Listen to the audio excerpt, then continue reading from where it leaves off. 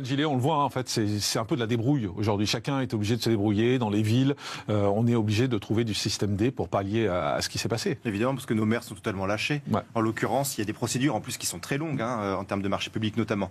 Mais au-delà de ça, il y a eu un texte qui a été voté à l'Assemblée nationale cet été, en juillet, qui était censé aider les collectivités à financer ces travaux. Mais ce que le gouvernement n'a pas dit, réduire les délais réduire les délais d'urbanisme. Oui, en l'occurrence, il y a un gros mensonge, c'est que dans ce texte de loi, il n'y avait pas un seul euro supplémentaire pour aider les communes. C'était à budget constant à travers les enveloppes existantes de la DSIL, de la DETR, donc les enveloppes habituelles pour pouvoir financer les collectivités. Sauf qu'au mois de juillet, ces budgets qui sont alloués aux collectivités et que le préfet alloue pour tel ou tel projet, ils sont déjà prévus pour tel ou tel projet. Il n'y a pas un euro de plus qui a été mis par le gouvernement. C'est pour ça que les maires nous disent aujourd'hui, on n'a rien reçu. Effectivement, parce qu'il n'y a pas d'argent supplémentaire. Un gros mensonge du gouvernement une fois de plus. Et là, il y a une urgence à accompagner les maires. Mais il y a aussi une urgence, attention, pas qu'à accompagner les maires financièrement, à instaurer dans la loi le principe systématique du casseur-payeur. C'est ce que nous proposons avec Marine Le Pen.